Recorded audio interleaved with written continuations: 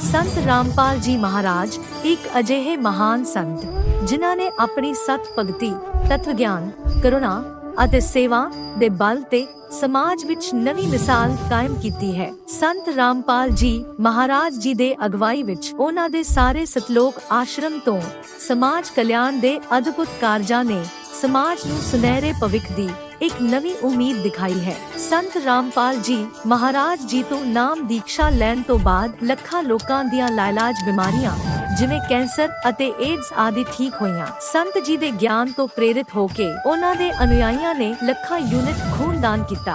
संत जी ने ਲੱਖਾਂ भैण बेटियां दे दहेज मुफ्त विआह करवाए। संत जी ने ਲੱਖਾਂ लोकां दा नशा छुड़ाया, करोड़ां उजड़े परिवार वसे। संत जी दे आश्रमां विच समागमां दे दौरान निशुल्क अखां दा इलाज ਅਤੇ दंदां दा इलाज कीते जांदे हन। संत रामपाल जी महाराज ਵੱਲੋਂ ਸਮੇਂ-ਸਮੇਂ ਤੇ ਵਾਤਾਵਰਣ ਸੰਭਾਲ ਮੁਹਿੰਮ ਦੇ ਤਹਿਤ ਵੱਡੇ ਪੱਧਰ ਤੇ ਰੁੱਖ ਲਗਾਏ ਜਾਂਦੇ ਹਨ। ਸੰਤ ਜੀ ਨੇ ਲੋੜਵੰਦਾਂ ਨੂੰ ਤੁਰੰਤ ਸਹਾਇਤਾ ਪਹੁੰਚਾਉਣ ਲਈ ਮੁਫਤ ਐਂਬੂਲੈਂਸ ਸੇਵਾ ਸ਼ੁਰੂ ਕੀਤੀ। संत जी अपने अनुयायियों ਨੂੰ ਦੇ ਦਾਨ ਲਈ ਪ੍ਰੇਰਿਤ ਕਰਦੇ ਹਨ, ਜਿਸ ਨਾਲ ਮਾਨਵਤਾ ਦੀ ਸੇਵਾ ਅਤੇ ਸਿਹਤ ਸੇਵਾਵਾਂ ਦੇ ਖੇਤਰ ਵਿੱਚ ਸੁਧਾਰ ਹੋ ਸਕੇ।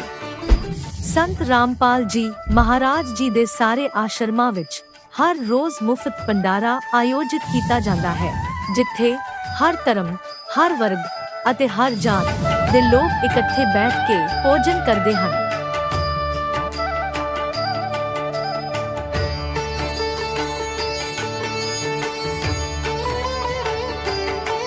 संत रामपाल जी महाराज दे आश्रमां विच हजारां बजुर्गां नूं सन्मान ਅਤੇ ਪਿਆਰ ਨਾਲ ਜੀਵਨ ਜਿਉਣ ਦਾ ਮੌਕਾ ਮਿਲਦਾ ਹੈ। ਉਹਨਾਂ ਦੇ ਖਾਣ, ਰਹਿਣ ਅਤੇ ਸਿਹਤ ਦੀ ਪੂਰੀ ਜ਼ਿੰਮੇਵਾਰੀ ਸੰਤ ਰਾਮਪਾਲ ਜੀ ਮਹਾਰਾਜ ਚੱਕਦੇ ਹਨ। ਅਨਾਥ ਬੱਚਿਆਂ ਲਈ ਸੰਤ ਰਾਮਪਾਲ ਜੀ ਮਹਾਰਾਜ ਦੇ ਸਾਰੇ ਆਸ਼ਰਮ ਕਿਸੇ ਵਰਦਾਨ ਤੋਂ ਘੱਟ ਨਹੀਂ ਹਨ। ਇੱਥੇ ਉਹਨਾਂ ਨੂੰ ਪੜ੍ਹਾਈ, ਸੰਸਕਾਰ ਅਤੇ ਭਵਿੱਖ ਲਈ ਬਿਹਤਰ ਮੌਕੇ ਪ੍ਰਦਾਨ ਕੀਤੇ ਜਾਂਦੇ ਹਨ। ਚਾਹੇ ਹੜ੍ਹ ਹੋਵੇ, ਭੂਚਾਲ ਹੋਵੇ ਜਾਂ ਮਹਾਮਾਰੀ, ਸੰਤ ਰਾਮਪਾਲ ਜੀ ਮਹਾਰਾਜ ਅਤੇ ਉਹਨਾਂ ਦੇ ਅਨੁਯਾਈ ਲੋੜਵੰਦਾਂ ਲਈ ਸਭ ਤੋਂ ਅੱਗੇ ਖੜੇ ਰਹਿੰਦੇ ਹਨ। ਕੋਵਿਡ ਮਹਾਮਾਰੀ ਦੇ ਦੌਰਾਨ ਸੰਤ ਰਾਮਪਾਲ ਜੀ ਮਹਾਰਾਜ ਦੇ ਆਸ਼ਰਮਾਂ ਤੋਂ ਕਰੋੜਾਂ ਲੋਕਾਂ ਲਈ ਖਾਣਾ, ਦਵਾਈਆਂ ਅਤੇ ਜੀਵਨ ਰੱਖਿਅਕ ਸਮੱਗਰੀ ਉਪਲਬਧ ਕਰਵਾਈ ਗਈ।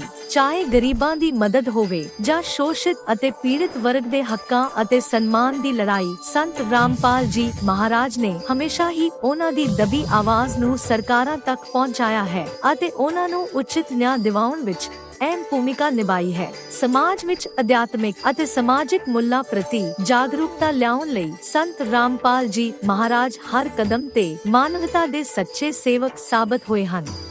ਸੰਤ ਰਾਮਪਾਲ ਜੀ ਮਹਾਰਾਜ ਦਾ ਜੀਵਨ ਸਾਨੂੰ ਸਿਖਾਉਂਦਾ ਹੈ ਕਿ ਸੱਚੀ ਸੇਵਾ ਉਹੀ ਸੇਵਾ ਹੈ ਜੋ ਨਿਸਵਾਰਥ ਭਾਵ ਨਾਲ ਕੀਤੀ ਜਾਵੇ। ਆਓ ਅਸੀਂ ਵੀ ਇਸ ਸੇਵਾ ਦੇ ਮਹਾਨ ਕਾਰਜ ਵਿੱਚ ਇਸ ਮਹਾਨ ਸੰਤ ਨਾਲ ਜੁੜੀਏ ਅਤੇ ਸੰਤ ਰਾਮਪਾਲ ਜੀ ਮਹਾਰਾਜ ਤੋਂ ਨਾਮ ਉਪਦੇਸ਼ ਲੈ ਕੇ ਆਪਣੇ ਜੀਵਨ ਨੂੰ ਧਨ ਬਣਾਈਏ।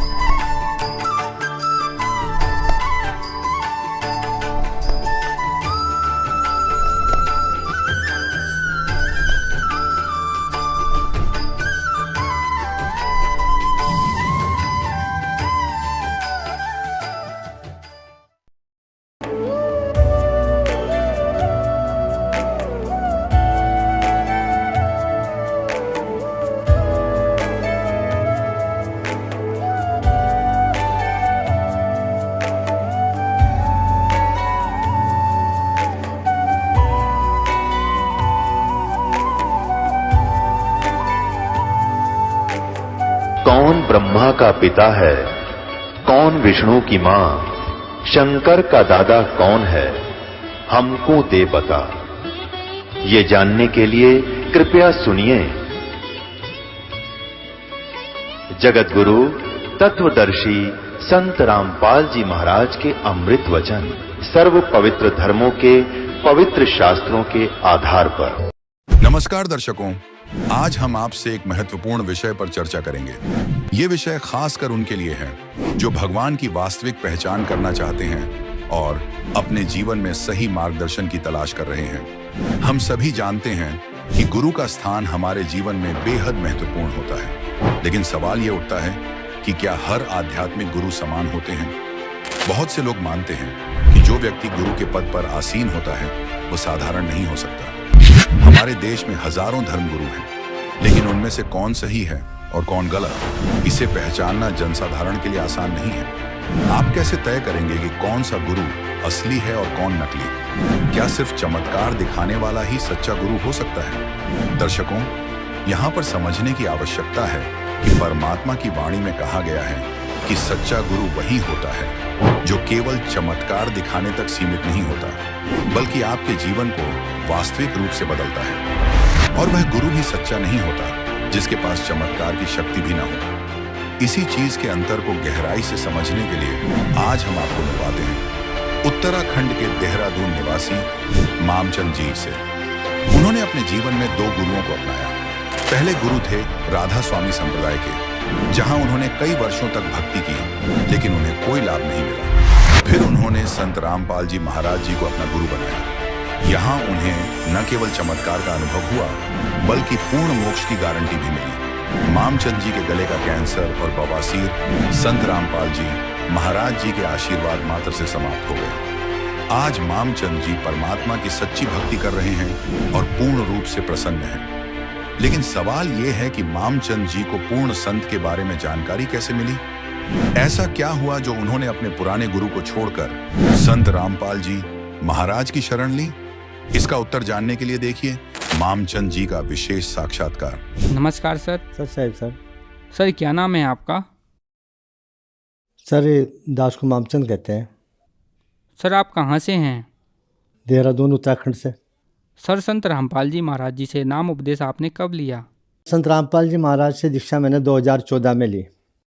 सर संत रामपाल जी महाराज जी से नाम उपदेश लेने से पहले आप क्या भक्ति साधनाएं करते थे?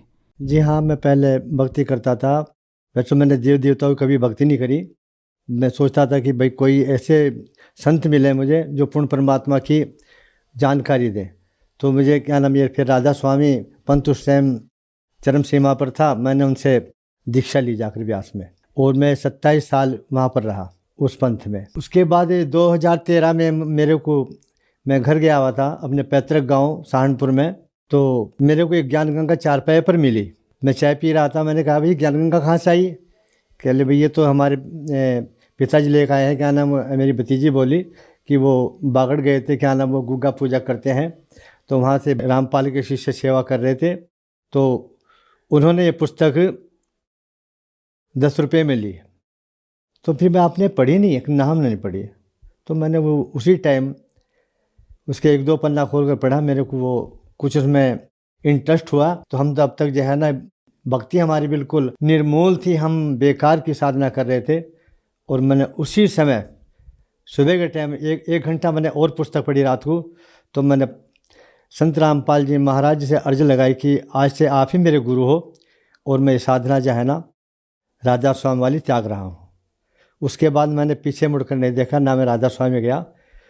और 2014 में फिर मैं सतलोक आश्रम गया और वहाँ से संत रामपाल जी महाराज से दीक्षा ली। सर संत रामपाल जी महाराज जी से नाम उपदेश लेने के बाद क्या आपको कोई लाभ भी मिले? जी सर, लाभ बहुत मिले, क्योंकि उस समय मेरे गले में कैंसर था और मेरे को मालूम नहीं था कि ये परमात्मा, ये क्या नाम, ये संत रामपाल जी क्या नाम ऐसे आशीर्वाद से ये ठीक कर देंगे। तो 3 महीने हम जब हाजिरी पर जाते थे तो मेरे वहाँ पर जो वहाँ के शिष्य हैं उन्होंने मेरी होम्योपैथिक दवाई थी वो देखी और कहने लगे कि ये क्या नाम कि आप ये दवाई कौन सी खा रहे हो? मैंने कहा जी मैं होम्योपैथिक दवाई है मेरी, क्या नाम, कैंसर की चल रही है। अरे नहीं नहीं नहीं नहीं, संत रामपाल जी से क्या नाम आप जो है ना प्रार्थना कीजिए और वो आपको आशीर्वाद दे देंगे। ठीक है जी। तो जिस समय शाम के समय हम लाइन में लगे हुए थे, गुरु जी आए और मैंने उनसे प्रार्थना करी, गुरु जी डॉक्टर लोग ये मेरे को कैंसर बताते हैं गले में। तो गुरु जी ने आशीर्वाद दिया, कहना बेटा भक्ति करते रहो, सब ठीक हो जाएगा। और उसके बाद मेरे को बिल्कुल भी कोई दर्द और कोई मेरे जो गले में रुकावट थी खाने में, कोई मुझे प्रॉब्लम नहीं हुई। एक मेरे को बवासीर थी, उस टाइम भी क्या नाम जब मैं जाता था 3-4 बार तो मेरे कपड़े गंदे हो जाते थे। तो कुछ दिनों तक ऐसे ही रहा, मैं भक्ति करता रहा, मगर इससे ज़्यादा बड़ी भक्ति कोई नहीं है। तो 2-3 साल के बाद अब मैं बिल्कुल ठीक हूँ। बाबा चेतन में बहुत प्रॉब्लम थी और मेरे गुर्दे भी क्या नाम वहाँ से आने के बाद थोड़े रोगग्रस्त हो गए थे। मैंने दिखाया या देहरादून महंत हॉस्पिटल में, उन्होंने देखे भाई आपके तो बहुत ज़्यादा तबीयत वो ख़राब है क्या नाम, और आपको तो एडमिट होना पड़ेगा। तो मैंने कहा मैं एडमिट नहीं होऊंगा। 70% तक पस आ चुकी थी। तो मैंने क्या नाम फिर भी गुरु जी का नाम लेकर उनसे प्रार्थना लगाई मन ही मन में, गुरु जी मैं कोई दवाई नहीं ऐसी खाऊंगा जो मेरे को यहाँ क्या नाम अस्पताल में आना पड़े। और मैंने एक होम्योपैथिक डॉक्टर से अपना छोटा मोटा इलाज करता रहा और आज मैं बिल्कुल ठीक हूँ। और जिस टाइम मैंने दीक्षा ली थी उस टाइम मेरी सिर्फ क्या नाम इतना कमज़ोर था, मेरा वज़न सिर्फ 45 किलो वज़न था और आज दास का वज़न 55 किलो है और दास की उम्र भी 73 वर्ष की हो चुकी है। मेरे भाई को भी गले में कैंसर था और मेरी माता जी को भी उसी का कैंसर था जहाँ मेरे को था। ये हमारी वंशानुगत जो है ना बीमारी थी जी, इसलिए मैं समझ गया था कि ये बीमारी जो है ना, और मैंने होम्योपैथिक डॉक्टर को दिखाया, वो कहने लगे भाई ये तो तुम्हें कैंसर है। तो मैं घबराया नहीं, ना मैं घर पर अपने बच्चों को भी नहीं बताया कि मेरे को कैंसर है। और उसी दौरान में फिर मैं 3-4 महीने बाद हिसार पहुंच गया सतलोक आश्रम में, और वहाँ जाने के बाद मेरी क्या नाम सब उनके आशीर्वाद मात्र से ही मेरी सब बीमारियाँ खत्म हो गई। अगर जो मैं संत रामपाल जी महाराज से दीक्षा प्राप्त नहीं करता तो आज मेरी भी वही दुर्गति होनी थी जो मेरे भाई और माता की हुई है। या तो मैं समाप्त हो चुका था, मेरी मृत्यु हो चुकी थी, या फिर मैं चारपाई पर पड़ा सड़ जाता, मेरी हालत बहुत बुरी हो जाती। आज मेरी स्थिति बहुत क्या नाम अच्छी है और मैं संत रामपाल जी महाराज की दया से सब ठीक ठाक है, उनकी कृपा से। सर क्या आप नशा भी करते थे? हाँ सर, नशा भी करता था। ये मेरे को लत 1975 में लग चुकी थी। वहाँ के मैं एक फैक्ट्री में कार्यरत था। वहाँ के सब कर्मचारी जो है ना ये भांग और इसका सेवन करते थे, तो उन्होंने मेरे को ये लत लगा दी और मैं इसका इतना आदी हो चुका था कि मैंने जिस टाइम गुरु जी से दीक्षा ली उससे एक दिन पहले ये सारी चीज़ें, तम्बाकू भी और ये भांग वगैरह सिगरेट जो भी पीता था मैं सब छोड़ दिया। मैं कम से कम भी 4-5 सिगरेट डेली पी जाता था, कम से रात को 2 सिगरेट पीता था, तब जाकर मेरे को नींद आती थी। ये 39-40 साल तक करीब नशा किया। और उसके बाद जो है ना फिर एक बार जो है ना 4 अप्रैल को नाम दीक्षा ली थी। उसके बाद कोई मन में इच्छा नहीं हुई मैं बीड़ी पीऊँ, सिगरेट पीऊँ या तम्बाकू खाऊँ। तम्बाकू भी बहुत खाता था। अब तो मुझे क्या नाम धुएं से भी घृणा होती है। सर संत रामपाल जी महाराज जी से नाम उपदेश लेने के बाद आपको बहुत सारे लाभ मिले। आपने बताया कि आपका कैंसर का रोग ठीक हो गया और कम से कम 40 वर्ष तक आपने नशा किया, जिसकी वजह से आपके गुर्दे में 70% तक पस रह गया था। आपने संत रामपाल जी महाराज जी से नाम उपदेश लिया और आप ठीक हो गए। तो जो दर्शक आज आपको टीवी पर देख रहे हैं, बहुत सारे ऐसे लोग हैं जो नशा छोड़ना चाहते हैं लेकिन नशा नहीं छोड़ पा रहे हैं। बहुत सारे ऐसे लोग हैं जिनको कैंसर की बीमारी है, तो उन्हीं के लिए आप क्या कहना चाहेंगे? जगत समाज से मेरी यही विनती है, मेरी प्रार्थना है, जो भी जिस बीमारी से जूझ रहा है, वो कठिन से कठिन परेशानी में और बीमारी से जूझ रहा है, कैंसर हो, गुर्दे की बीमारी हो, भयंकर से भयंकर जो असाध्य बीमारी है, अब मेरी प्रार्थना है कि जब ये एकदम से ठीक हो सकता है तो क्या आप नहीं ठीक होगे? आप भी ठीक होगे। भक्ति करके देखिए कि ये शास्त्र अनुकूल साधना है, इस भक्ति में कितनी शक्ति है। सर संत रामपाल जी महाराज जी से नाम उपदेश कैसे प्राप्त कर सकते हैं? संत रामपाल जी महाराज से दीक्षा प्राप्त करने का आजकल बहुत ही सुगम और आसान रास्ता है। टीवी पर चैनल है, उन पर एक पीली पट्टी आती है, उन पर मोबाइल नंबर दिए हुए हैं, उनसे संपर्क साधिए और वे आपको क्या नाम आपके जो स्थानीय क्या नाम जो नामदान केंद्र हैं वहाँ का वो पता बता देंगे और आप वहाँ जाकर उनसे दीक्षा लो और अपना कल्याण कराए।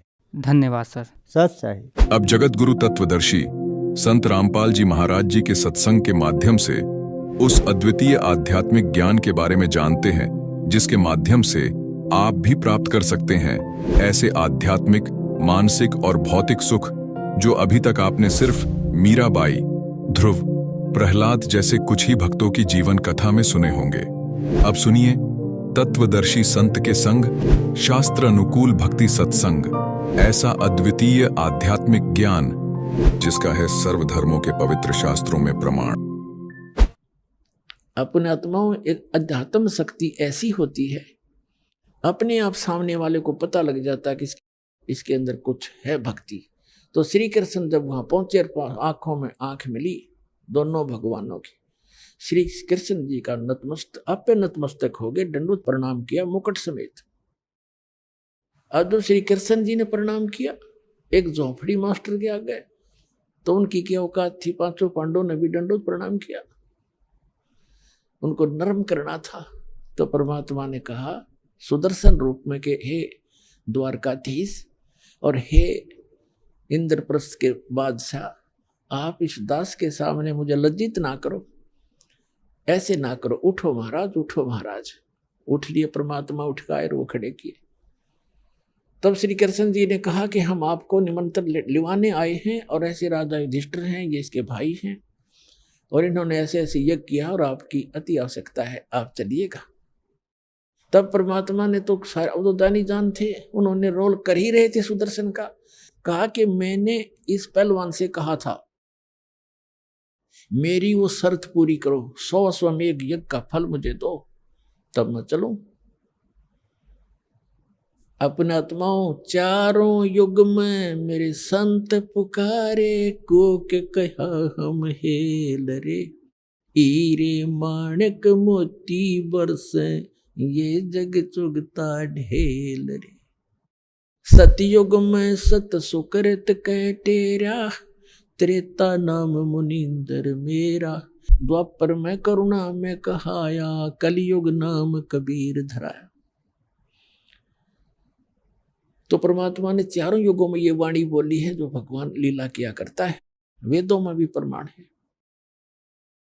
तो श्री कृष्ण जी ने कहा कि परमात्मा आपकी वाणी है, संत मिलन को चालियो, तजमाया अभिमान, और जो जो कदम आगे रखे, ओ हे यज्ञ समान।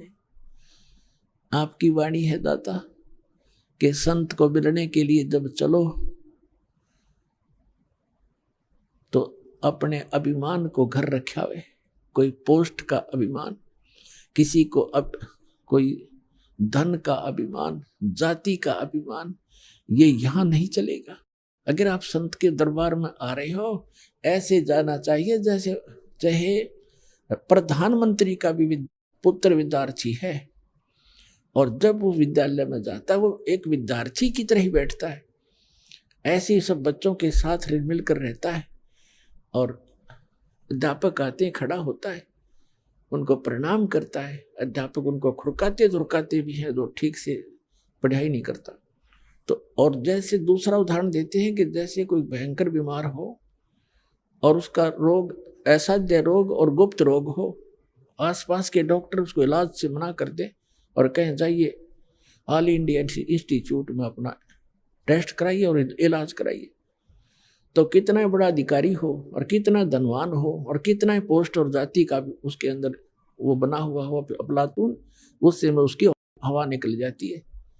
जहाँ डॉक्टर कहता है यहाँ खड़ा होइए, वहीं खड़ा हो जाता है, कहता है लेट जाइए, लेट जाता है, कपड़े निकाल दिए तुरंत निकाल देता है, ये टेस्ट करा के लाइए, वो तुरंत जाके खड़ा हो जाता है। उससे में उसको अपनी जान दिखाई देती है, वो पद नहीं। तो पुण्यात्माओं, जब आप सत्संग के अंदर आओ, सतलोक आश्रम बरवाला में, ऐसे आना चाहिए जैसे एक बालक आया करते हैं, एक रोगी आता है।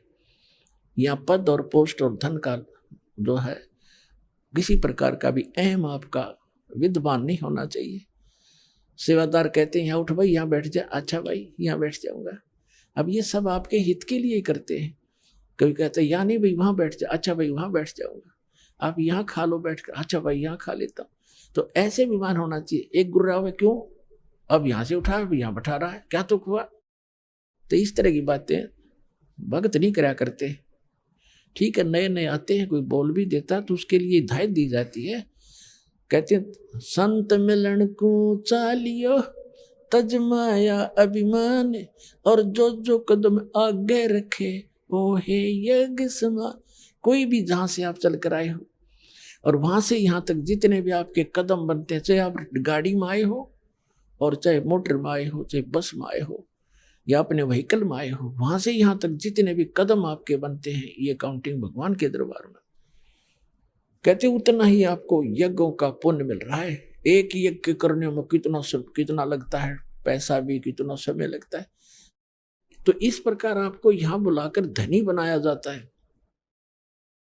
तब श्री कृष्ण जी ने कहा कि हे भगवान, आप तो अंतर्यामी हो महात्मा जी, और आप देख सकते हो पांचों पांडव आज क्या हालत है इनकी, कैसी बेइज्जती हो रही है। करोड़ों आदमी जी वगैरह इनका ज्यों के त्यों खड़े हैं, इनके सिर पर पहाड़ियों का करोड़ों रुपये लग गए हैं, पैसे लग गए हैं, और आप आज इनके अंदर झांक के देखो ये कैसे बेनम्र होए खड़े हैं, बेगी बिल्ली। पर ऐसे करो भगवान, हमारी जितनी भी यज्ञ यहाँ से वहां से चलकर आपके तक आने में बनी है कदमों की, आप 100 रख लो और बाकी हमारी झोली में डाल दो, हमारा उद्धार हो। कहते साधु भूखा भाव का, धन का भूखा ना। अर्जय कोई धन का भूखा हो, संत नहीं, वो साधु भी ना। तो परमात्मा तो उनकी आस्था देखना चाहते थे।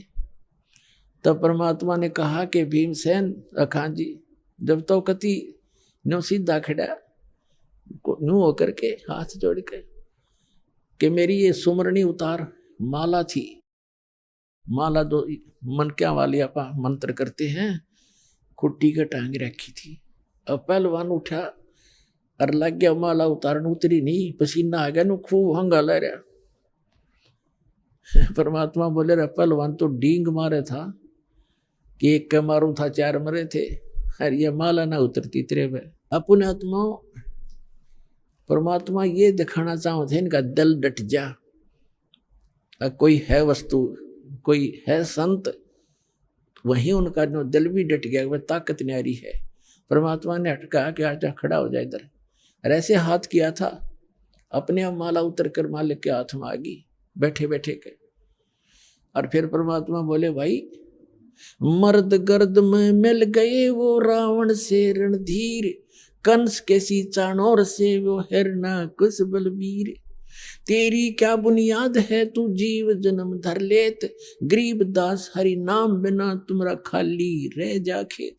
कहते इस ताकत की यहाँ नहीं चलती, यहाँ तो राम नाम का धन होना चाहिए, ये शक्ति के संग्रह होनी चाहिए, तो आपका आगे भविष्य सुधरेगा। तो परमात्मा ने कहा कि चलो, परमात्मा बैठाए रथ में, श्री कृष्ण रथवान बने और पांचों पांडव छठे परमात्मा बैठा कर लाए। अब वाल्मीकि जाति के व्यक्ति कैसे रहते थे, आदिवासी की तरह, कपड़े मैले कुचेले से, दाढ़ी बड़ी हुई, सिर की छोटे छोटे बाल पड़े और जूते टूटे हुए, धूल लगी हुई पैरों में, धोती सी बांध रखी, लपेट रखी, और यज्ञ के अंदर बैठे हुए मंडलेश्वर ऋषि, 9 मोटे मोटे पेटाड़े और गल में जनेऊर तिलक लगा रखे, आसन न्यारे न्यारे ला रखे, दच के बैठे सारे 33 करोड़ देवता, 88,000 ऋषि, 12 करोड़ ब्राह्मण, 4 तिलक लगा के।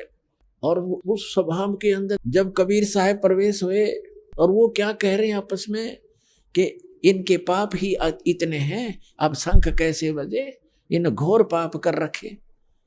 अरे जब इन पाप कर रखे हैं, उसके समाधान के लिए तो संत साधु बुलाए जाते हैं। तुम्हारा टिंडे लेना आए थे जब तुम्हारे पास कुछ है ही नहीं था। और उल्टे उसको कहते हैं, जब परमात्मा प्रवेश हुए सुदर्शन रूप में और मुंह पर परने करके यू करेगा इनका यज्ञ पूर्ण, यूं करें एक दूसरे ने। श्री कृष्ण जी ने कहा द्रौपदी बढ़िया भोजन बना दे, ये महापुरुष खाना खाओगा और प्रसन्न हो गया ना खाना खाने से, तो तुम्हारा शंख बजेगा। अब द्रौपदी ने तो नौकरों का भी सहयोग नहीं लिया, अपने हाथ से रोटी बनाई, क्योंकि फंस रहे हो तक कति बुरा हाल हो रहा, इतना धंधा लिया और बात न्यो की न्यो। अपने हाथों खाना बनाया, कचौड़ी, पकौड़ी, दही बड़े, जलेबी, हलवा, पूरी, खीर, सारा कुछ बना के न्यारी न्यारी कटोरिया और थाली में सजा के रख दी। परमात्मा सुदर्शन जी ये सुदर्शन रूप में बैठे थे तो मालिक ही। अब द्रौपदी ने न्यू सोचा था कि ऐसा बढ़िया भोजन बना दिया, यो घास फूस खाने वाला व्यक्ति जंगल में रहता है, आज खा के भोजन ने न्यारे न्यारे पकवान उंगली चाटता रह जाएगा, 100 जगह गुण गाओगा मेरे। एक भोजन खिलाया द्रौपदी ने। और प्रत्येक बहन का ये एक कुदरती स्वभाव होता है, कोई अतिथि आ जाता है उसके लिए विशेष भोजन बनाने में विशेष ध्यान रखती है कि कहीं ये बाहर जा करके और मेरी बदनामी ना कर दे कि उसमें नमक ठीक नहीं था, मिर्च गड़ी थी, या अच्छा नहीं लगा भोजन। इसलिए वो हर संभव कोशिश करती है कि खाने वाला मेरी प्रशंसा करे। द्रौपदी ने इसी उद्देश्य से भोजन रखा और परमात्मा ने, वो तो लीला करते हैं, उन्होंने क्या किया कि ये मन आज तय नारे नारे स्वाद कर लेगा और कल हमने तो फिर घास फूस खाना, ये तो फिर बिगड़ गया। उन्होंने क्या किया, अब सुदर्शन जो था वो 5 ग्रास खाता था। उसने अपना नियम बना रखा था कि एक जब भी खाना खाऊंगा, जैसे 1 फिर 2 3 4 5 ग्रास खा के बंद कर देता था। इतना अल्पाहार था, उसका संयम रखता था। तो परमात्मा ने ये भी दिखाना था कि मैं सुदर्शन ही हूँ। सुदर्शन का रोल कर रहे थे, रोल भी वही होता है अच्छा, वो जो कोई किसी का रोल करता है सही करे वही तो अच्छा लगता है। तो परमात्मा ने वो सारी कटोरियों में से थोड़ा थोड़ा भोजन ठाठा के, खीर भी, हलवा भी, पूरी भी तोड़ दी छोटी सी, और कचौड़ी भी, पकौड़ी भी, दही भी, उसका भाई मिला ली और लगे न्यू करने। अब द्रौपदी देखा बेटी बैठी, अक मैंने तो 1 घंटे तक तुम्हें मांग फड़वाई, अरे यू का के शंख बजाओगा, गल युग सूदर का सूदर ही रहा, इसने खाना भी ना आता। ये मन बड़ा बदमाश है, 1 मिनट में पता नहीं क्या सोच जा और कर्म बिगड़वा दिए। परमात्मा जानेंगे क्योंकि वो अंतर्यामी थे। अब द्रौपदी तक घनी न सोच रही है कि हमारा जैसा आहार और भोजन इनको कितना ना मिलता।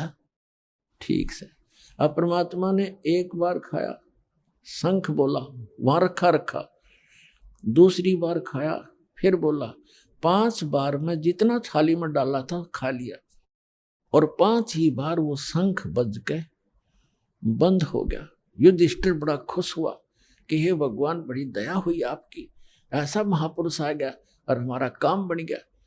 तो श्री कृष्ण जी ने कहा, काम को नहीं बना भी, यू शंख तो कंटिन्यू बजना चाहिए था, बहुत देर तक बजेगा, ये तो 5 बार बजा है, इसे बात नहीं बनी।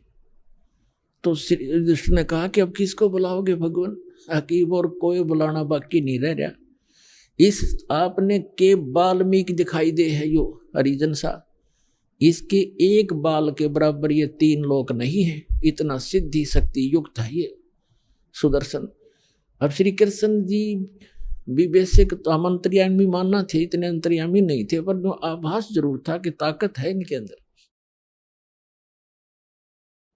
तब श्री कृष्ण जी ने कहा कि अपने घर में कमी है कोई, वो देखेंगे। द्रौपदी बुलाई और द्रौपदी से कहा कि बहन, आप जी ने जब ये खाना खा रहे थे महात्मा, आपके मन में कोई दोष तो नहीं आया? सच्ची बताना, अब नहीं तो बात बिगड़ जाएगी। तो द्रौपदी ने सारी सच्ची बता दी कि महाराज, मैंने 1 घंटे तक भोजन तैयार किया, नारे नारे आइटम बनाए, और मैंने ऐसे ऐसे सोचा था कि उंगली चाटता रह जाएगा महात्मा और बड़े गुण गाओगा मेरे। इन्होंने जब सारा इकट्ठा कर लिया तो मेरे मन में न्यू दोष आ गया कि यू शेडियल सा आदमी है, नहाना दौड़ा इसने, और ये इसने खाना भी ना आता है, किसके शंख बजाओगा। कृष्ण बोला, द्रौपदी तने तो बट्ठा बैठा लिया, तन्ने मोल ले लिया कि साधु को अपने घर बुला के तेरे पे एहसान किया इसने, आ करके तेरे घर का टूक खा लिया, तेरा तू उद्धार करने के लिए आया था अपना। अब बोली कैसे, ये मन में सोच भी तेरे लिए पाप की भागी बन गई, एक और पाप लग गया तुझे। अब वह कांपेगी सारी कि साधु संतों के बारे में ऐसे नहीं बोला, सोचना भी ना चाहिए, कैसे खाओ, आपका फर्ज था रख दिया, कैसे खाओ ये। तो कहने लगी, जी क्या करूं कि चरण धो के पी इस धूल समेत, जब तेरा कल्याण होगा। अब द्रौपदी ने कहते, मरता क्या नहीं करता, लाई प्रात उठा के 1 लोटे में जल भर के भगवान बैठे सुदर्शन रूप में, उनके चरण धोए और वापस लोटे में गाल गए। गिलास में आधा पी लिया ना, तो श्री कृष्ण कहने लगे, बहन मुझे भी दे दिया था। इसे महापुरुष का चरणामृत कुछ युगा पर्यंत प्राप्त होता है।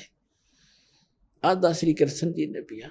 उस समय वो शंख वहीं से बजना शुरू हुआ था, और इतना जोर का बजता बजता पूरे पृथ्वी के ऊपर स्वर्गलोक तक आवाज सुनाई दी, प्यारी प्यारी।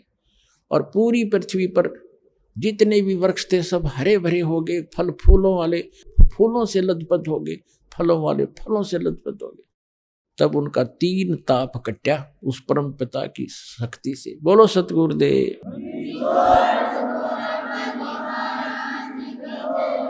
तुम कौन राम का जपते जापम, तात कटे ना तीनु तापम। समर्थ का सरनाग हो रंग होरी हो, कभू न हो एकाज राम रंग होरी हो। तो पुण्यात्माओं, सौभाग्य आपका, आपको ये सुख तो यहाँ फ्री में मिल लेंगे, क्योंकि हम वो 5 यज्ञ कर रहे हैं जो युधिष्ठिर पांडवा ने एक का यज्ञ करी थी। आज आप देख रहे हो 5 दिन का समागम चल रहा है, और कई हजारों की संख्या में पुण्यात्मा परमात्मा की प्यारी आत्मा आई हुई। ये सभी भक्त हैं, सभी परमात्मा का सुबह उठते हैं, शाम दिन रात चर्चा करते हैं, घर पे जाते हैं, वहाँ भी इतना कोर्स दे रखा है आपको भक्ति का, जैसे बालकों को सिलेबस न्यारा होम टास्क अलग से, तो इतना कोर्स दे दिया, इस बिना आपका उद्धार नहीं हो सकता।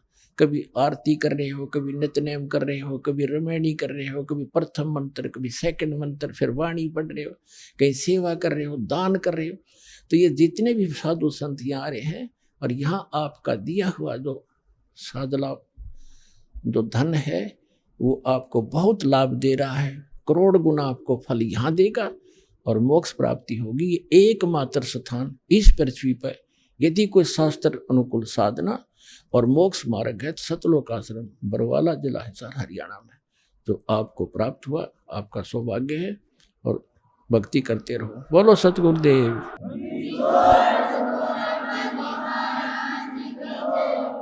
परम पिता परमात्मा पूर्ण ब्रह्म सारी सृष्टि के रचनहार कुल मालिक कबीर देव कबीर साहेब अल्लाहु अकबर, उस ग्रेट गॉड कबीर परमेश्वर जी की असीम रजा से आप सभी पुण्यात्माएं परमात्मा की महिमा का ये सत्संग सुनने के लिए उपस्थित हुए। आप इतनी दूर से आए हो, अपने उद्देश्य को याद रखो, यहाँ आए किस लिए हो। अब 24 घंटे के अंदर लगभग 4 घंटे सत्संग होता है, तो 4 घंटे तो परमात्मा के लिए दिया करो आप।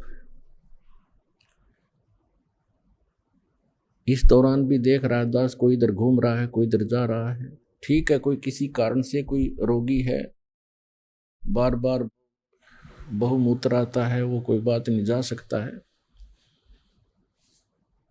या कोई अन्य कारण से भी, लेकिन सत्संग सुनना मूल उद्देश्य रखो। यहाँ पर ये परमात्मा की वचन दास एज ए स्पीकर बोल रहा है, एज ए टेप रिकॉर्डर बोल रहा है।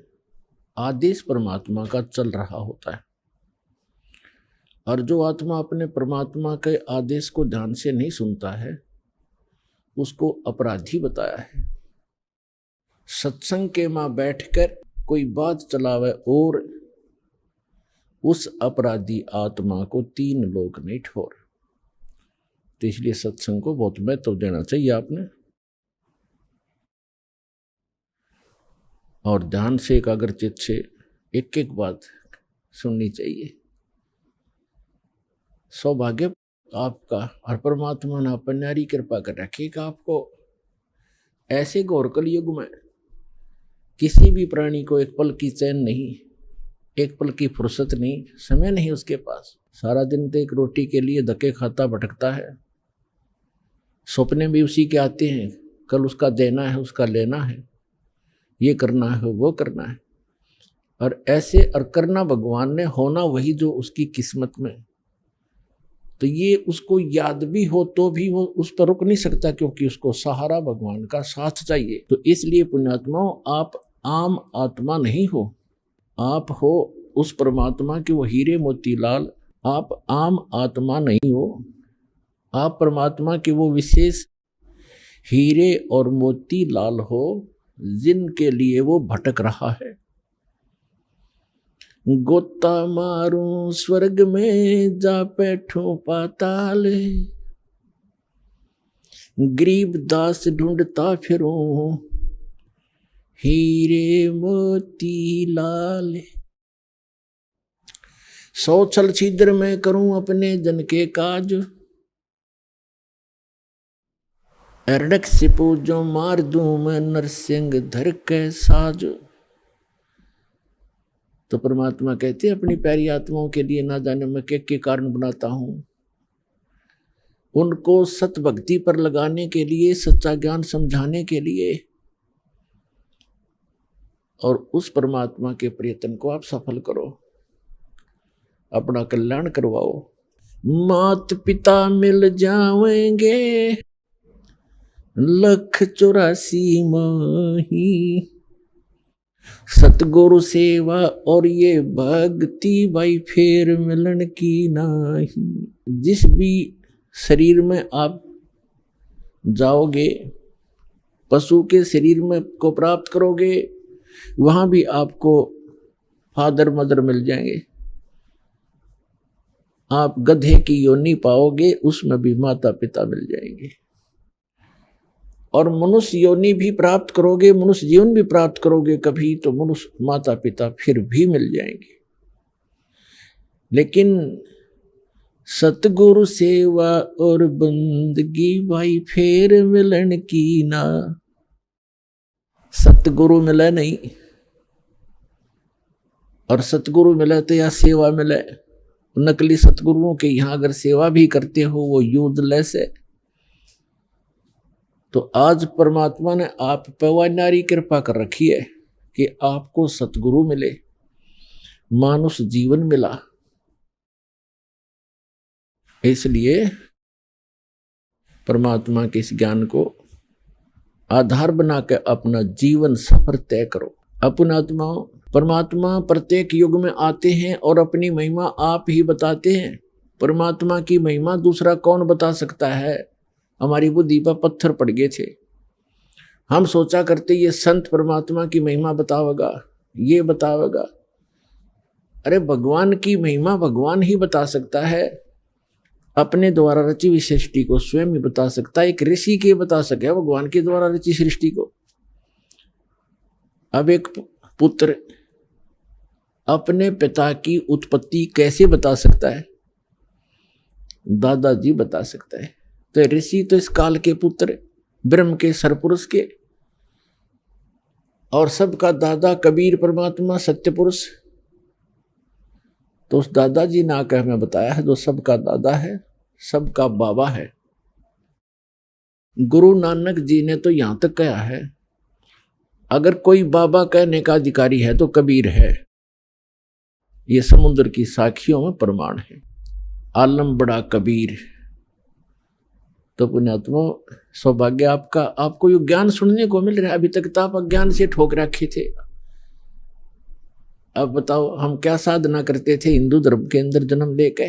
इन काल के ऋषि महर्षियों, आचार्यों और शंकराचार्यों द्वारा दिए गए ज्ञान के आधार से हम कौन सी पूजाएं किया करते थे, आप सभी को मालूम है। ये दास भी वो भुगत भोगी है।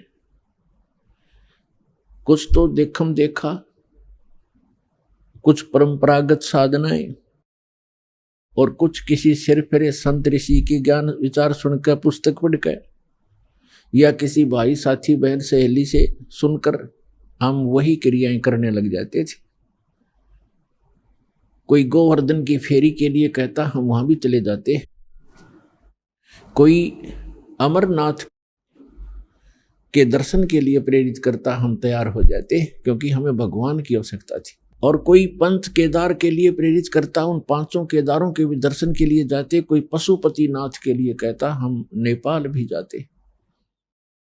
कोई सोमवार का व्रत बताता तो हम वो भी करते। कोई मंगलवार के लिए प्रेरित करता, हम मंगलवार का व्रत भी प्रारंभ कर देते। पुण्यात्माओं, हमें अध्यात्म ज्ञान नहीं था, ये लोक वेद था। तो परमेश्वर ने स्वयं आकर के एक संत भक्त, और परमेश्वर तो वो थे ही, और एक सतगुरु, इन सब की भूमिका की। जब आदरणीय स्वामी रामानंद जी परमात्मा को देखा सतलोक के अंदर, और फिर वापस देखा वहीं आपके अपने सामने बैठे उस बालक रूप में, तब कहा था, दोहू ठौर है एक तू, बया एक से दो, और गरीबदास हम कारणे तुम आए हो मगदो।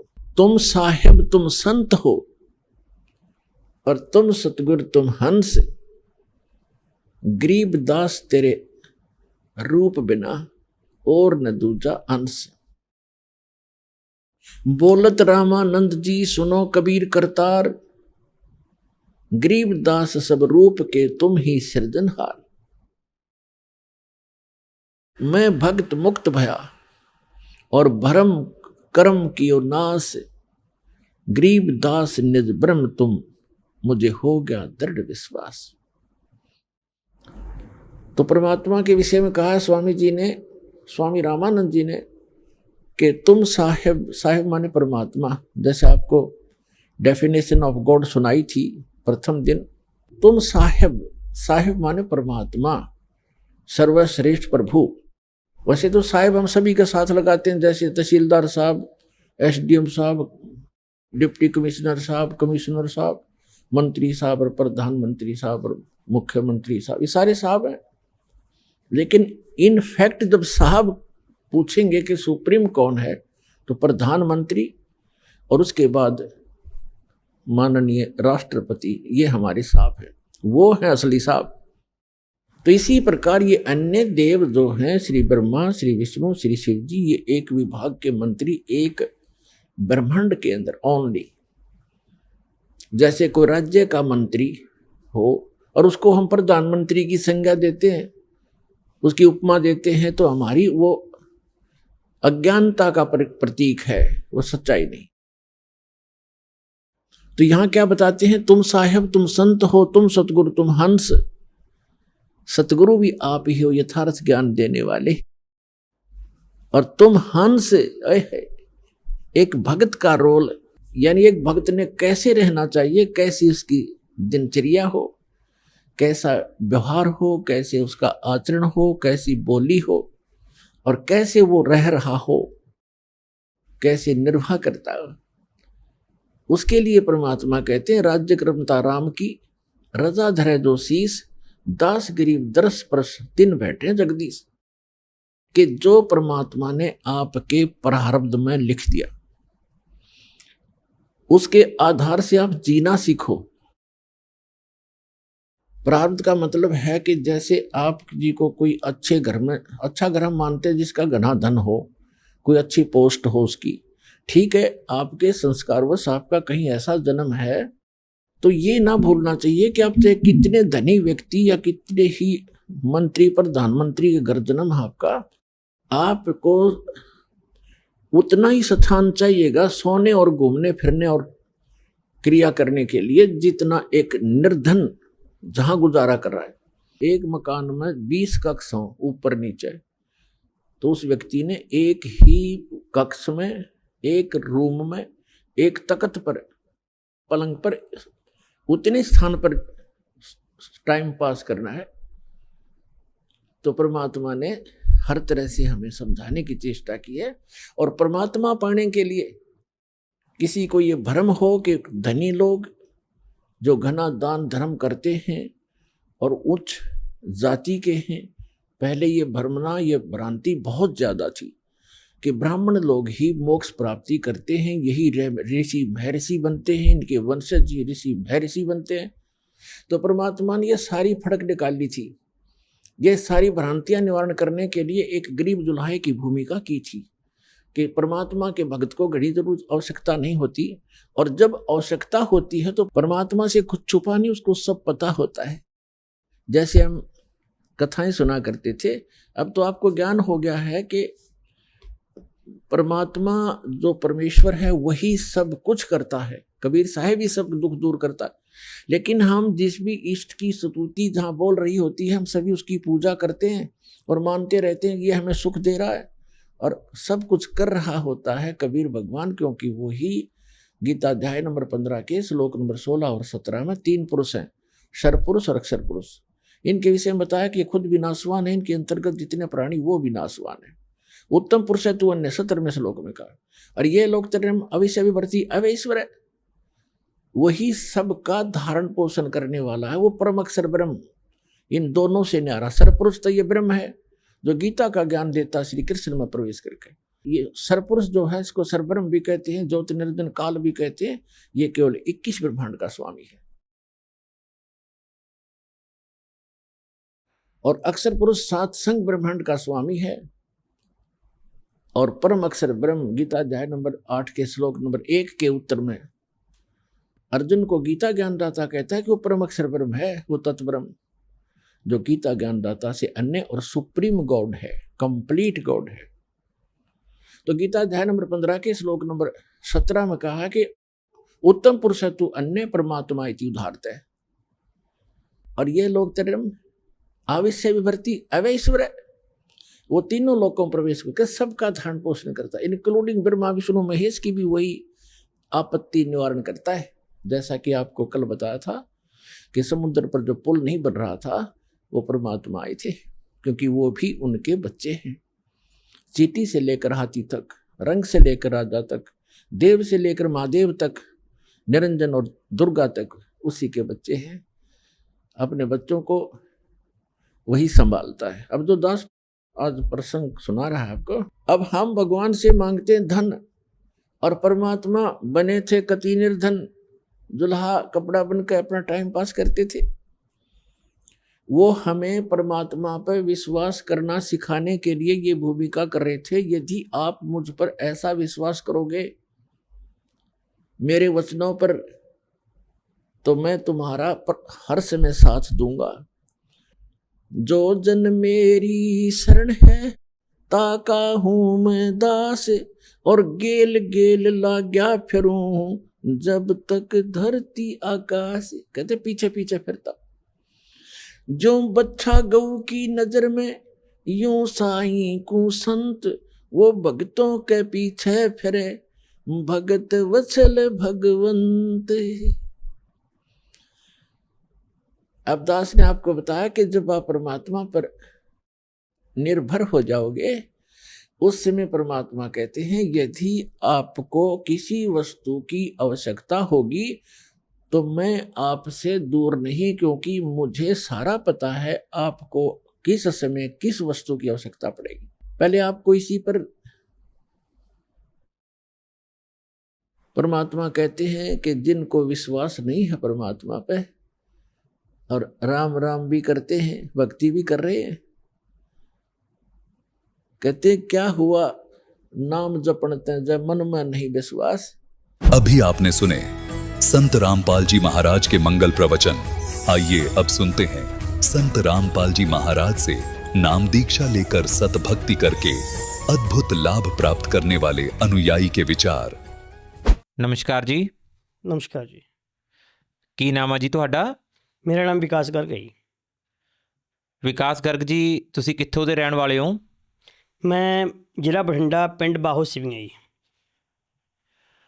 ਵਿਕਾਸ ਜੀ, ਸੰਤ ਰਾਮਪਾਲ ਜੀ ਮਹਾਰਾਜ ਜੀ ਤੋਂ ਨਾਮ ਦੀਕਸ਼ਾ ਲੈਣ ਤੋਂ ਪਹਿਲਾਂ ਤੁਸੀਂ ਕਿਹੜੀ ਭਗਤੀ ਸਾਧਨਾ ਕਰਦੇ ਸੀ? ਸਰ ਮੈਂ ਹਿੰਦੂ ਧਰਮ ਦੇ ਰਿਲੇਟਿਵ ਸਾਰੇ ਦੇਵੀ ਦੇਵਤਿਆਂ ਦੀ ਭਗਤੀ ਕਰਦਾ ਸੀ। ਸਣੇ ਆਪਣੇ ਜਿਹੜੇ ਪੀਰ ਹੁੰਦੇ ਆ ਜੀ, ਲਾਲਾਂ ਵਾਲਾ ਪੀਰ, ਕੋਟਲੇ ਵਾਲਾ ਪੀਰ, ਖੇਤਪਾਲ, ਇਹਨਾਂ ਨੂੰ ਸਾਰਿਆਂ ਨੂੰ ਮੰਨਦਾ ਸੀਗਾ ਜੀ। ਤੁਸੀਂ ਹਿੰਦੂ ਪਰਿਵਾਰ ਦੇ ਵਿੱਚ ਜਨਮ ਹੋਣ ਦੇ ਕਰਕੇ ਦੇਵੀ ਦੇਵਤਿਆਂ ਦੀ ਪੂਜਾ ਕਰਦੇ ਸੀ ਤੇ ਉਹਨਾਂ ਦੇ ਨਾਲ ਨਾਲ ਪੀਰਾਂ ਦੀ ਪੂਜਾ ਵੀ ਕਰਦੇ ਸੀਗੇ। ਇਹ ਸਾਰੀਆਂ ਭਗਤੀ ਸਾਧਨਾਵਾਂ ਕਰਦੇ ਕਰਦੇ ਤੁਹਾਨੂੰ ਕੀ ਲਾਭ ਪ੍ਰਾਪਤ ਹੋਏ? ਸਰ ਲਾਭ ਤਾਂ ਕੀ ਪ੍ਰਾਪਤ ਹੋਣਾ ਸੀਗੇ, ਜਿਵੇਂ ਪਰੰਪਰਾ ਚੱਲਦੀ ਸੀਗੀ ਬਸ ਉਸੇ ਤਰ੍ਹਾਂ ਹੀ ਸੇਵਾ ਕਰਦੇ ਰਹਿੰਦੇ ਸੀਗੇ ਜੀ। ਸੰਤ ਰਾਮਪਾਲ ਜੀ ਮਹਾਰਾਜ ਜੀ ਦੀ ਸ਼ਰਨ ਵਿੱਚ ਕਿਵੇਂ ਆਉਣਾ ਹੋਇਆ? ਸਰ ਸੰਤ ਰਾਮਪਾਲ ਜੀ ਮਹਾਰਾਜ ਦੀ ਸ਼ਰਨ ਦੇ ਵਿੱਚ ਮੈਂ 2013 ਦੇ ਵਿੱਚ ਆਇਆ ਸੀਗਾ ਜੀ, ਜਿਹਦੇ ਵਿੱਚ ਮੇਰੇ ਮੰਮੀ ਪਿੰਡ ਰਹਿੰਦੇ ਸੀਗੇ, ਮੈਂ ਉਦੋਂ ਬਠਿੰਡੇ ਰਹਿੰਦਾ ਸੀਗਾ ਕਿਰਾਏ 'ਤੇ। ਮੇਰੇ ਮੰਮੀ ਟੀਵੀ ਬਾਹਰ ਕੱਢ ਲੈਂਦੇ ਸੀ, ਉਦੋਂ ਅਸੀਂ ਟੀਵੀ ਨਵਾਂ ਹੀ ਲਿਆ ਸੀਗਾ, ਅਤੇ ਬਾਹਰ ਬੈਠ ਕੇ ਜਦੋਂ ਚੁੱਲ੍ਹੇ 'ਤੇ ਰੋਟੀਆਂ ਪਕਾਉਂਦੇ ਅਤੇ ਉਹ ਟੀਵੀ 'ਤੇ ਬਾਹਰ ਕੱਢ ਕੇ ਨਾਟਕ ਵਗੈਰਾ ਦੇਖਦੇ ਰਹਿੰਦੇ ਸੀਗੇ। ਮੇਰਾ ਬੇਟਾ ਪਿੰਡ ਹੀ ਰਹਿੰਦਾ ਸੀਗਾ, ਉਹਨੇ ਇੱਕ ਦਿਨ ਟੀਵੀ ਦੇ ਚੈਨਲ ਚੇਂਜ ਕਰਦਾ ਕਰਦਾ ਉਧਰੋਂ ਗੁਰੂ ਜੀ ਦਾ ਸਤਸੰਗ ਚੱਲ ਪਿਆ ਅਤੇ ਮੰਮੀ ਨੇ ਉੱਥੇ ਹੀ ਰਖਵਾ ਲਿਆ ਉਹ ਤੋਂ, ਕਹਿੰਦਾ ਵੀ ਬੇਟਾ ਇਹ ਚੱਲਣ ਦਿਓ ਅੱਜ। ਉਹ ਬਸ ਇੰਟਰਵਿਊ ਚੱਲ ਰਿਹਾ ਸੀਗਾ। ਇੰਟਰਵਿਊ ਸੁਣਦੇ ਸੁਣਦੇ ਮੰਮੀ ਨੂੰ ਐਂ ਲੱਗਾ ਵੀ ਯਾਰ ਬਹੁਤ ਵਧੀਆ ਸਤਸੰਗ ਹੈ ਤਾਂ। ਅਤੇ ਦੂਸਰੇ ਦਿਨ ਫਿਰ ਮੰਮੀ ਨੇ ਦੇਖਿਆ ਵੀ ਆਹ ਟਾਈਮ ਹੋ ਗਿਆ ਵੀ ਹੁਣ ਸ਼ਾਇਦ ਸਤਸੰਗ ਚੱਲਦਾ ਹੋਊਗਾ। ਫਿਰ ਦੇਖਿਆ 15 ਕੁ ਮਿੰਟਾਂ ਸਤਸੰਗ ਗੁਰੂ ਜੀ ਦਾ ਸੁਣਿਆ। ਫਿਰ ਇਸੇ ਤਰ੍ਹਾਂ ਹੀ ਹੌਲੀ ਹੌਲੀ ਪਤਾ ਲੱਗ ਗਿਆ ਵੀ ਇੰਨੇ ਵਜੇ ਸ਼ੁਰੂ ਹੁੰਦਾ, 7:30 ਵਜੇ ਤੋਂ ਲੈ ਕੇ 8:30 ਵਜੇ ਤੱਕ ਉਹ ਸਤਸੰਗ ਸੁਣਿਆ ਕਰਨ। ਅਤੇ ਇੱਕ ਦਿਨ ਮੈਨੂੰ ਮੰਮੀ ਇੱਥੇ ਬਾਜ਼ਾਰ 'ਚ ਮਿਲੇ, ਮੈਨੂੰ ਕਹਿੰਦੇ ਵੀ ਹੈਪੀ ਅਸੀਂ ਤਾਂ ਬਰਵਾਲੇ ਜਾਵਾਂਗੇ। ਮੈਂ ਮੰਮੀ ਉੱਥੇ ਕੀ ਆ? ਕਹਿੰਦੇ ਕਿ ਵੀ ਇੱਕ ਸੰਤ ਹੈ ਜੋ ਐਂ ਲੱਗਦਾ ਵੀ ਜਿਵੇਂ ਕੋਈ ਲੀਡਰ ਹੁੰਦੇ ਆ ਅਤੇ ਉਹ ਸਤਸੰਗ ਕਰਦੇ ਆ, ਸਾਰੇ ਪ੍ਰਮਾਣ ਦਿੰਦੇ ਹੈਗੇ, ਹਰੇਕ ਵੇਦ ਗ੍ਰੰਥ ਖੋਲ੍ਹ ਕੇ ਦੱਸਦੇ ਆ ਅਤੇ ਅਸੀਂ ਉਹਨਾਂ ਸਤਸੰਗ ਸੁਣਦੇ ਹੁੰਦੇ ਹਾਂ। ਅਤੇ ਐਤਕੀ ਅਸੀਂ ਬਰਵਾਲੇ ਜਾਵਾਂਗੇ ਸ਼ਨੀਵਾਰ ਨੂੰ। ਅਤੇ ਮੈਂ ਵੀ ਜੇ ਤੁਸੀਂ ਬਰਵਾਲੇ ਜਾਓਗੇ ਫਿਰ ਮੈਨੂੰ ਵੀ ਲੈ ਚੱਲਿਓ, ਮੈਂ ਵੀ ਜਾ ਵੜੂੰਗਾ। ਕਹਿੰਦੇ ਚਲੋ ਠੀਕ ਹੈ, ਅਸੀਂ ਤੈਨੂੰ ਫੋਨ ਕਰ ਦਿਆਂਗੇ। ਮੈਂ ਕਿਹਾ ਚਲੋ ਠੀਕ ਆ। ਇਹਨਾਂ ਨੇ ਮੈਨੂੰ ਫੋਨ ਕਰਤਾ, ਮੈਨੂੰ ਕਹਿੰਦੇ ਵੀ ਸਵੇਰੇ ਜਾਣਾ ਹੈਗਾ ਅਤੇ ਤੂੰ ਅੱਗੇ ਆ ਜੀ ਟ੍ਰੇਨ ਦੇ। ਮੈਂ ਕਿਹਾ ਚਲੋ ਠੀਕ ਹੈ ਜੀ। ਮੈਂ ਇੱਥੋਂ ਸਟੇਸ਼ਨ 'ਤੇ ਅੱਗੇ ਆ ਗਈ, ਉਹ ਆ ਗਏ। ਅਸੀਂ ਇੱਥੋਂ ਸਿੱਧਾ ਬਰਵਾਲੇ ਟਿਕਟ ਲਈ, ਅਸੀਂ ਬਰਵਾਲੇ ਜਾ ਵੜੇ। ਉੱਥੋਂ ਸਟੇਸ਼ਨ 'ਤੇ ਉਤਰ ਕੇ ਪੁੱਛਿਆ, ਕਹਿੰਦੇ ਵੀ ਗੱਡੀ ਆਊਗੀ ਆਸ਼ਰਮ ਦੀ ਅਤੇ ਆ ਕੇ ਤੁਹਾਨੂੰ ਲੈ ਜਾਊਗੀ। ਇਹਨੇ ਬਸ ਗੱਲ ਕਰੀ ਜਾਂਦੇ ਸੀਗੇ, ਇਹਨੇ ਗੱਡੀ ਆ ਗਈ, ਗੱਡੀ ਸਾਨੂੰ ਆਸ਼ਰਮ 'ਚ ਲੈ ਗਈ। ਆਸ਼ਰਮ 'ਚ ਜਾ ਕੇ ਉੱਥੇ ਭਗਤ ਜੀ ਬੈਠੇ ਸੀਗੇ। ਉਹ ਕਹਿੰਦੇ ਵੀ ਜੇ ਨਾਮ ਦੀਕਸ਼ਾ ਲੈਣੀ ਹੈ ਤਾਂ ਫਾਰਮ ਭਰਵਾ ਲਓ। ਮੰਮੀ ਅੱਗੇ ਕਹਿੰਦੇ ਵੀ ਅਸੀਂ ਤਾਂ ਨਾਮ ਦੀਕਸ਼ਾ ਲੈਣ ਵਾਸਤੇ ਆਏ ਹਾਂ, ਵੀ ਫਾਰਮ ਭਰ ਦਿਓ। ਉਹਨਾਂ ਨੇ ਮਰਿਆਦਾ ਦੱਸੀ ਭਗਤ ਜੀਆਂ ਨੇ ਵੀ ਇਹ ਮਰਿਆਦਾ ਹੈਗੀ ਵੀ ਜਿਵੇਂ ਕਿਸੇ ਦੇ ਮਰਗ ਦੇ ਆਪਣੇ ਫੁੱਲ ਜਿਹੜੇ ਚੁੱਕਦੇ ਆ ਉਹ ਨਹੀਂ ਚੁੱਕਣੇ, ਜਾਂ ਕੋਈ ਜੂਠਾ ਮਿੱਠਾ ਨਹੀਂ ਖਾਣਾ, ਕੋਈ ਸ਼ਰਾਬ ਨਹੀਂ ਪੀਣੀ, ਨਸ਼ੀਲਾ ਪਦਾਰਥ ਵੇਚਣਾ ਨਹੀਂ, ਲਿਆ ਕੇ ਨਹੀਂ ਦੇਣਾ, ਕਿਸੇ ਦਾ ਸਹਿਯੋਗ ਨਹੀਂ ਕਰਨਾ। ਇਸ ਤਰ੍ਹਾਂ ਕਾਫੀ ਨਿਯਮ ਸੀਗੇ ਅਤੇ ਇਹਨਾਂ ਨੂੰ ਅੰਤਿਮ ਸਵਾਸ ਤੱਕ ਪਾਲਣਾ ਕਰਨੀ ਪਊਗੀ। ਮੈਂ ਕਿਹਾ ਮੈਨੂੰ ਮਨਜ਼ੂਰ ਹੈ, ਫਾਰਮ ਭਰ ਦਿਓ। ਫਾਰਮ ਭਰ ਕੇ ਉਸ ਤੋਂ ਬਾਅਦ 'ਚ ਅਸੀਂ ਭੋਜਨ ਭੰਡਾਰਾ ਕੀਤਾ। ਭਗਤ ਜੀ ਕਹਿੰਦੇ ਭੋਜਨ ਭੰਡਾਰਾ ਕਰ ਲਓ ਭਾਈ, ਆਪਦਾ ਫਰੈਸ਼ ਹੋ ਜਾਓ। ਅਸੀਂ ਕਿਹਾ ਚਲੋ ਠੀਕ ਹੈ ਜੀ। ਅਸੀਂ ਭੋਜਨ ਭੰਡਾਰਾ ਕੀਤਾ ਉੱਥੇ ਅਤੇ ਉਸ ਤੋਂ ਬਾਅਦ 'ਚ ਨਾਮ ਦੀਕਸ਼ਾ ਲਿੱਤੀ। ਨਾਮ ਦੀਕਸ਼ਾ ਲੈ ਕੇ ਅਸੀਂ 2 ਦਿਨ ਉੱਥੇ ਹੀ ਰਹੇ। ਫਿਰ ਸਤਸੰਗ ਸੁਣੀ ਗੁਰੂ ਜੀ ਦੀ, ਜਿਹਦੇ ਸਾਨੂੰ ਬਹੁਤ ਹੀ ਉੱਥੇ ਜਾ ਕੇ ਬਿਲਕੁਲ ਐਂ ਲੱਗਿਆ ਵੀ ਅਸੀਂ ਕਿਤੇ ਆਏ ਵੀ ਹਾਂ ਅਤੇ ਜਾਣਾ ਵੀ ਅਸੀਂ ਵਾਪਸ, ਇੰਨੀ ਸੁਵਿਧਾ ਸੀਗੀ ਉੱਥੇ ਹੀ। ਇਸ ਤਰ੍ਹਾਂ ਅਸੀਂ ਸੰਤ ਰਾਮਪਾਲ ਜੀ ਮਹਾਰਾਜ ਜੀ ਨਾਲ ਜੁੜੇ ਜੀ। ਜਦੋਂ ਤੁਸੀਂ ਉੱਥੇ ਭੋਜਨ ਭੰਡਾਰਾ ਕੀਤਾ ਤੇ ਸੰਤ ਰਾਮਪਾਲ ਜੀ ਮਹਾਰਾਜ ਜੀ ਤੋਂ ਨਾਮ ਦੀਕਸ਼ਾ ਲਈ ਤਾਂ ਤੁਹਾਡਾ ਇਹਨਾਂ ਦੋਨਾਂ ਕੰਮਾਂ ਦੇ ਉੱਤੇ ਕਿੰਨੇ ਰੁਪਏ ਖਰਚਾ ਆਇਆ? ਸਰ ਪੈਸਾ ਦੇ ਉੱਤੇ ਨਵਾਂ ਪੈਸਾ ਵੀ ਨਹੀਂ ਲੱਗਦਾ ਜੀ। ਇਹ ਤਾਂ ਲੋਕਾਂ ਨੇ ਅਫਵਾਹ ਬਣਾ ਰੱਖੀ ਇੱਕ ਵੀ ਸੰਤ ਰਾਮਪਾਲ ਜੀ ਮਹਾਰਾਜ ਵੀ ਪੈਸੇ ਲੈਂਦੇ ਆ। ਉੱਥੇ ਤੁਸੀਂ ਜਾ ਕੇ ਵਿਅਕਤੀ 2 ਸਾਲ ਰਹਿ ਜਾਓ, ਤੁਹਾਡੀ ਜੇਬ 'ਚ ਇੱਕ ਨਵਾਂ ਪੈਸਾ ਵੀ ਨਹੀਂ ਖਰਚ ਹੁੰਦਾ ਜੀ। ਅਤੇ ਭੋਜਨ ਭੰਡਾਰਾ ਇੰਨੀ ਵਧੀਆ ਵਿਵਸਥਾ ਹਰੇਕ ਚੀਜ਼ ਦੀ, ਨਹਾਉਣ ਧੋਣ ਦੀ ਹਰੇਕ ਚੀਜ਼ ਇੰਨੀ ਵਧੀਆ ਮਿਲਦੀ ਹੈ ਵੀ ਛੱਡੀ ਗੱਲਾਂ ਦਿਓ ਜੀ। ਆਪਾਂ ਉਹੋ ਜਿਹੀ ਘਰੇ ਆਏ ਮਹਿਮਾਨ ਦੀ ਵੀ ਸੇਵਾ ਨਹੀਂ ਕਰ ਸਕਦੇ, ਜੇ ਜੀ ਉੱਥੇ ਹਰ ਇੱਕ ਇਨਸਾਨ ਦੀ ਸੇਵਾ ਹੁੰਦੀ ਹੈ ਜੀ। ਸੰਤ ਰਾਮਪਾਲ ਜੀ ਮਹਾਰਾਜ ਜੀ ਤੋਂ ਨਾਮ ਦੀਕਸ਼ਾ ਲੈਣ ਤੋਂ ਬਾਅਦ 'ਚੋਂ ਤੁਹਾਨੂੰ ਕੀ ਲਾਭ ਪ੍ਰਾਪਤ ਹੋਏ? ਸਰ ਸੰਤ ਰਾਮਪਾਲ ਜੀ ਮਹਾਰਾਜ ਜੀ ਤੋਂ ਨਾਮ ਦੀਕਸ਼ਾ ਲੈਣ ਤੋਂ ਬਾਅਦ ਤਾਂ ਲਾਭ ਤਾਂ ਗਿਣਾਏ ਨਹੀਂ ਜਾ ਸਕਦੇ ਜੀ, ਇੰਨੇ ਲਾਭ ਦਿੱਤੇ ਪਰਮਾਤਮਾ ਨੇ। ਜਦੋਂ ਮੈਂ ਸੰਤ ਰਾਮਪਾਲ ਜੀ ਮਹਾਰਾਜ ਤੋਂ ਨਾਮ ਦੀਕਸ਼ਾ ਲੈਣ ਤੋਂ ਪਹਿਲਾਂ ਹੀ ਮੈਂ ਇੱਕ ਫੈਕਟਰੀ 'ਚ ਲੱਗਿਆ ਹੋਇਆ ਸੀ ਜੋ ਕਿ ਲੋਹੇ ਦਾ ਕੰਮ ਕਰਦੇ ਸੀਗੇ। ਉੱਥੇ ਮੈਨੂੰ ਦਿੰਦੇ ਸੀਗੇ ਸਾਰਾ 3000 ਰੁਪਈਆ ਜੀ। ਮੈਂ ਨਾਮ ਦੀਕਸ਼ਾ ਲੈ ਕੇ ਜਦੋਂ ਆ ਗਿਆ ਇੱਥੇ, ਮੈਂ ਉਹਨੂੰ ਕਿਹਾ ਮੈਂ ਕਿਹਾ ਵੀਰੇ ਵੀ ਮੇਰੀ ਤਨਖਾਹ ਵਧਾ ਦਿਓ, ਮੈਂ ਇੰਨਾ ਟਾਈਮ ਹੋ ਗਿਆ ਮੈਨੂੰ।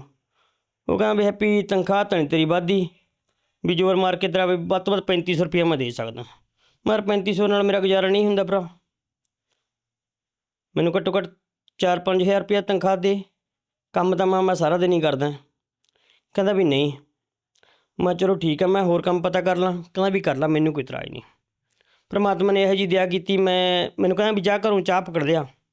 ਮੈਂ ਘਰੋਂ ਚਾਹ ਲੈਣ ਵਾਸਤੇ ਗਿਆ, ਰਸਤੇ 'ਚ ਦੁੱਧ ਵਾਲੀ ਡੈਰੀ ਸੀਗੀ, ਉਹ ਮੈਨੂੰ ਜਾਣਦੇ ਸੀਗੇ ਅਤੇ ਮੈਨੂੰ ਕਹਿੰਦਾ ਹੋਰ ਹੈਪੀ ਕਿਵੇਂ? ਮੈਂ ਕਿਹਾ ਠੀਕ ਹੈ। ਮੈਨੂੰ ਕੱਚਾ ਨਾਮ ਮੇਰਾ ਹੈਪੀ ਵੀ ਹੈ ਜੀ। ਅਤੇ ਮੈਂ ਕਿਹਾ ਠੀਕ ਹੈ। ਕਹਿੰਦਾ ਕੋਈ ਬੰਦਾ ਲਗਵਾ ਦੇ। ਮੈਂ ਉਹਨਾਂ ਨੂੰ ਮਜ਼ਾਕ ਕਰਨ ਲੱਗਾ, ਮੈਂ ਕਿਹਾ ਤੁਸੀਂ ਮੈਨੂੰ ਰੱਖ ਲਓ। ਕਹਿੰਦਾ ਤੂੰ ਆਇਆ ਯਾਰ, ਤੂੰ ਤਾਂ ਸਾਰਿਆਂ ਨਾਲੋਂ ਵਧੀਆ। ਮੈਂ ਵੀ ਕਿੰਨੀ ਤਨਖਾਹ ਦਿਓਗੇ?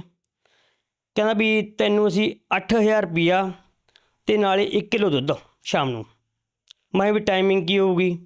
ਕਹਿੰਦਾ ਵੀ ਸਵੇਰੇ ਤੂੰ 7 ਵਜੇ ਆ ਜਾ ਕਰ ਅਤੇ ਦੁਪਹਿਰੇ 12 ਵਜੇ ਚਲਾ ਜਾਇਆ ਕਰ, ਸ਼ਾਮ ਨੂੰ 4 ਵਜੇ ਆ ਕੇ 9 ਵਜੇ ਫਿਰ ਚਲਾ ਜਾਇਆ ਕਰ। ਮੈਂ ਵੀ ਆਹ ਤਾਂ ਬਹੁਤ ਵਧੀਆ ਦਇਆ ਕੀਤੀ ਪਰਮਾਤਮਾ ਨੇ। ਮੈਂ ਵੀ ਠੀਕ ਹੈ, ਮੈਂ ਤੈਨੂੰ ਦੱਸ ਦੂੰਗਾ। ਕਹਿੰਦਾ ਚੱਲ ਠੀਕ ਹੈ। ਮੈਂ ਚਾਹ ਲਿਆ ਕੇ ਦੁਕਾਨ 'ਤੇ ਦੇ ਕੇ ਅਤੇ ਮੈਂ ਉਹਨਾਂ ਨੂੰ ਪੁੱਛਿਆ, ਮੈਂ ਕਿਹਾ ਵੀਰੇ, ਮੈਂ ਕਿਹਾ ਮੈਨੂੰ ਕੰਮ ਮਿਲਦਾ ਹੈਗਾ, 8000 ਰੁਪਏ ਤਨਖਾਹ ਦਿੰਦੇ ਆ। ਮੈਂ ਜੇ ਤੂੰ ਬਾਅਦ 'ਚ ਇਤਰਾਜ਼ ਕਰੇਂਗਾ ਵੀ ਹੁਣ ਮੈਂ ਤੈਨੂੰ ਪਹਿਲਾਂ ਕਲੀਅਰ ਕਰ ਦੇਣਾ ਵੀ 8000 ਰੁਪਏ ਤਨਖਾਹ ਮਿਲਦੀ ਹੈ ਮੈਨੂੰ। ਉਹ ਕਹਿੰਦਾ ਵੀ ਜੇ ਤੈਨੂੰ 8000 ਰੁਪਏ ਤਨਖਾਹ ਮਿਲਦੀ ਹੈ ਲੱਗ ਜਾ। ਮੈਂ ਵੀ ਕੱਲ੍ਹ ਨੂੰ ਤੂੰ ਮੈਨੂੰ ਨਾ ਇਹ ਗੱਲ ਕਹੀ ਵੀ ਤੂੰ ਹਟ ਗਿਆ ਵਿੱਚੋਂ। ਕਹਿੰਦਾ ਵੀ ਨਹੀਂ ਮੈਨੂੰ ਕੋਈ ਦਿੱਕਤ ਨਹੀਂ ਹੈਗੀ, ਤੂੰ ਲੱਗ ਜਾ। ਮੈਂ ਚਲੋ ਠੀਕ ਹੈ। ਮੈਂ ਜੀ 8000 ਤੇ 1 ਤਰੀਕ ਤੋਂ ਉੱਧਰ ਜਾਣ ਲੱਗ ਗਈ। ਪਹਿਲਾ ਲਾਭ ਤਾਂ ਪਰਮਾਤਮਾ ਨੇ ਮੈਨੂੰ ਇਹ ਦਿੱਤਾ ਜੀ। ਉਸ ਤੋਂ ਬਾਅਦ 'ਚ ਫਿਰ ਮੇਰੇ ਕੋਲ ਕੁਛ ਵੀ ਨਹੀਂ ਸੀਗਾ ਜੀ। ਇੱਕ ਮੰਜਾ ਸੀਗਾ ਬਸ, ਜਿਹਦੇ 'ਤੇ ਅਸੀਂ ਗੁਜ਼ਾਰਾ ਕਰਦੇ ਸੀਗੇ। ਉਸ ਤੋਂ ਬਾਅਦ 'ਚ ਪਰਮਾਤਮਾ ਨੇ ਫਿਰ ਮੈਂ ਸਤਸੰਗ ਸੁਣਨ ਵਾਸਤੇ ਪਰਮਾਤਮਾ ਮੂਹਰੇ ਪ੍ਰਾਰਥਨਾ ਕੀਤੀ। ਮੈਂ ਗੁਰੂ ਜੀ ਸਤਸੰਗ ਨਹੀਂ ਸੁਣ ਸਕਦਾ ਜੀ ਹੁਣ ਮੈਂ ਸਤਸੰਗ ਕਿਵੇਂ ਸੁਣਾ? ਮੇਰੇ ਕੋਲ ਤਾਂ ਕੁਛ ਵੀ ਨਹੀਂ ਹੈਗਾ। ਫਿਰ ਪਰਮਾਤਮਾ ਨੇ ਮੈਨੂੰ ਟੀਵੀ ਦੀ ਸੁਵਿਧਾ ਦਿੱਤੀ। ਫਿਰ ਇਕੱਲਾ ਟੀਵੀ, ਮੈਂ ਹੁਣ ਇਕੱਲਾ ਟੀਵੀ ਤਾਂ ਮਿਲ ਗਿਆ ਗੁਰੂ ਜੀ, ਹੁਣ ਮੈਂ ਸਤਸੰਗ ਤਾਂ ਤੇ ਫਿਰ ਵੀ ਨਹੀਂ ਚੱਲਦਾ। ਫਿਰ ਪਰਮਾਤਮਾ ਨੇ ਮੈਨੂੰ ਡਿਸ਼ ਵਾਸਤੇ ਪੈਸੇ ਦਿੱਤੇ, ਡਿਸ਼ ਲਗਵਾਈ। ਮੈਂ ਡਿਸ਼ ਵਾਲੇ ਕੋਲੇ ਗਿਆ, ਮੈਂ ਕਿਹਾ ਵੀ ਇਕੱਲੀ ਸਤਸੰਗ ਚੱਲਦੀ ਹੋਵੇ, ਹੋਰ ਕੁਛ ਨਾ ਚੱਲੇ ਬੇਸ਼ੱਕ ਦੀ। ਕਹਿੰਦਾ ਵੀ ਠੀਕ ਆ, ਕਹਿੰਦਾ ਸਾਧਨਾ ਚੈਨਲ ਚੱਲਦਾ। ਮੈਂ ਕਿਹਾ ਦੇਖ ਲੈ ਭਰਾਵਾ, ਸਾਧਨਾ ਚੈਨਲ ਚੱਲਣਾ ਚਾਹੀਦਾ ਇਕੱਲਾ, ਹੋਰ ਮੈਂ ਮੈਨੂੰ ਕਿਸੇ ਚੀਜ਼ ਦੀ ਕੋਈ ਜ਼ਰੂਰਤ ਨਹੀਂ ਹੈਗੀ। ਕਹਿੰਦਾ ਵੀ ਠੀਕ ਹੈ। ਸਤਸੰਗ ਦੇਖਿਆ ਵੀ ਸਾਧਨਾ ਚੈਨਲ ਚੱਲਦਾ, ਠੀਕ ਆ। ਮੈਂ ਕਿਹਾ ਦੇ ਦੇ। ਮੈਂ ਜਾ ਕੇ ਉਹ ਵੀ ਆਪੇ ਸੈੱਟ ਕਰ ਲਈ ਪਰਮਾਤਮਾ ਦੀ ਦਇਆ ਨਾਲ। ਸਤਸੰਗ ਚੱਲਣ ਲੱਗ ਗਈ, ਡੇਲੀ ਸਤਸੰਗ ਸੁਣਿਆ ਕਰੀਏ। ਉਸ ਤੋਂ ਬਾਅਦ 'ਚ ਫਿਰ ਪਰਮਾਤਮਾ ਨੇ ਫਰਿੱਜ ਦਿੱਤਾ ਜੀ, ਸਾਰਾ ਕੁਛ ਪਰਮਾਤਮਾ ਨੇ ਬਸ ਫਿਰ ਤਾਂ ਲੈਣ ਹੀ ਲਾਤੀ ਵੀ ਆ ਚੱਕੀ ਚੱਲ, ਹੁਣ ਤੂੰ ਭਗਤੀ ਕਰੀ ਚੱਲ ਅਤੇ ਮਰਿਆਦਾ 'ਚ ਰਹਿ ਬਸ। ਫਿਰ ਇੱਕ ਵਾਰੀ ਮੈਂ ਇੱਥੋਂ, ਮੇਰੇ ਕੋਲ ਸਾਈਕਲ ਵੀ ਹੈ ਨਹੀਂ ਸੀਗਾ ਜੀ, ਫਿਰ ਪਰਮਾਤਮਾ ਨੇ ਮੈਨੂੰ ਮੋਟਰਸਾਈਕਲ ਦਿੱਤਾ ਜੀ। ਫਿਰ ਮੈਨੂੰ ਪਰਮਾਤਮਾ ਨੇ ਗੱਡੀ ਦਿੱਤੀ। ਗੱਡੀ ਲੈ ਕੇ ਇੱਥੋਂ ਮੈਂ ਜਾਈ ਜਾਂਦਾ ਸੀਗੇ ਪਿੰਡ ਨੂੰ, ਅਤੇ ਅੱਗੇ ਇੱਕੋ ਦਮ ਬੱਚਾ ਆ ਗਿਆ ਜੀ। ਬੱਚੇ ਦੇ ਮਗਰ ਕੁੱਤਾ ਪੈ ਗਿਆ, ਬੱਚਾ ਭੱਜ ਕੇ ਗੱਡੀ ਦੇ ਅੱਗੇ ਆ ਗਿਆ। ਗੱਡੀ ਮੈਂ ਪਰਮਾਤਮਾ ਮੂਹਰੇ ਕੀਤੀ ਪ੍ਰਾਰਥਨਾ, ਮੈਂ ਹੇ ਬੰਦੀ ਛੋੜ ਵਾਹ ਬਚਾ ਲਓ। ਪਰਮਾਤਮਾ ਨੇ ਇਹ ਜੀ ਕਿਰਪਾ ਕੀਤੀ ਵੀ ਗੱਡੀ ਮੈਂ ਇੱਕੋ ਦਮ ਘੁਮਾਤੀ ਅਤੇ ਬੱਚਾ ਸ਼ੀਸ਼ੇ ਦੇ ਨਾਲ ਵੱਜ ਕੇ ਸਾਈਡ ਸ਼ੀਸ਼ੇ ਦੇ ਨਾਲ ਪਾਸੇ ਡਿੱਗ ਪਿਆ ਅਤੇ ਮੇਰੀ ਗੱਡੀ ਜਾ ਕੇ ਖੰਭੇ ਦੇ ਵਿੱਚ ਵੱਜੀ। ਖੰਭਾ ਥੱਲੋਂ ਐਂ ਹੋ ਗਿਆ ਜਿਵੇਂ ਵੀ ਡਿੱਗੂ ਅਤੇ ਗੱਡੀ ਸੜਕ ਦੇ ਵਿਚਾਲੇ ਬਿਲਕੁਲ ਐਂ ਵਿਚਾਲੇ ਘੁੰਮ ਗਈ, ਅਤੇ ਨਾ ਤਾਂ ਮੇਰੇ ਝਰੀਟ ਲੱਗੀ, ਨਾ ਬੱਚੇ ਦੇ ਪਰਮਾਤਮਾ ਦੀ ਦਇਆ ਨਾਲ ਝਰੀਟ ਲੱਗੀ।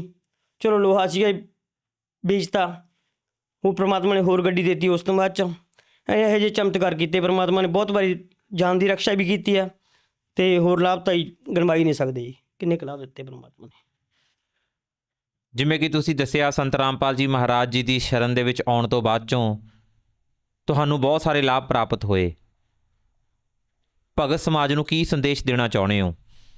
ਸਰ ਅਸੀਂ ਸੰਦੇਸ਼ ਤਾਂ ਕੀ ਦੇ ਸਕਦੇ ਹਾਂ, ਅਸੀਂ ਤਾਂ ਪ੍ਰਾਰਥਨਾ ਕਰ ਸਕਦੇ ਹਾਂ ਹੱਥ ਜੋੜ ਕੇ ਵੀ ਜੋ ਵੀ ਭੈਣ ਭਰਾ, ਬਜ਼ੁਰਗ, ਬੱਚੇ ਜੋ ਵੀ ਮੈਨੂੰ ਟੀ ਵੀ ਦੇ ਮਾਧਿਅਮ ਰਾਹੀਂ ਦੇਖ ਰਹੇ ਆ, ਉਹਨਾਂ ਨੂੰ ਬਸ ਇਹੀ ਹੱਥ ਜੋੜ ਕੇ ਪ੍ਰਾਰਥਨਾ ਹੈ ਵੀ ਇਸ ਜਗਤ ਦੇ ਵਿੱਚ ਹੋਰ ਕੋਈ ਪੂਰਾ ਗੁਰੂ ਨਹੀਂ ਹੈਗਾ।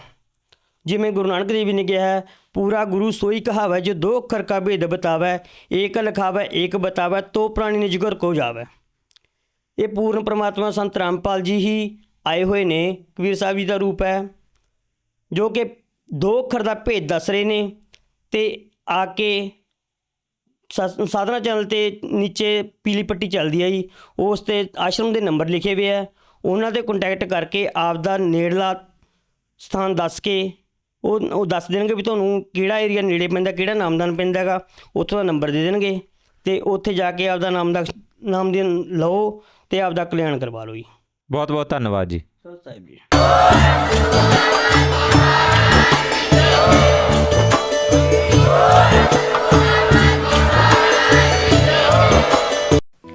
आप सुन रहे थे जगत गुरु तत्वदर्शी संत रामपाल जी महाराज के मंगल प्रवचन। अधिक जानकारी के लिए संपर्क करें।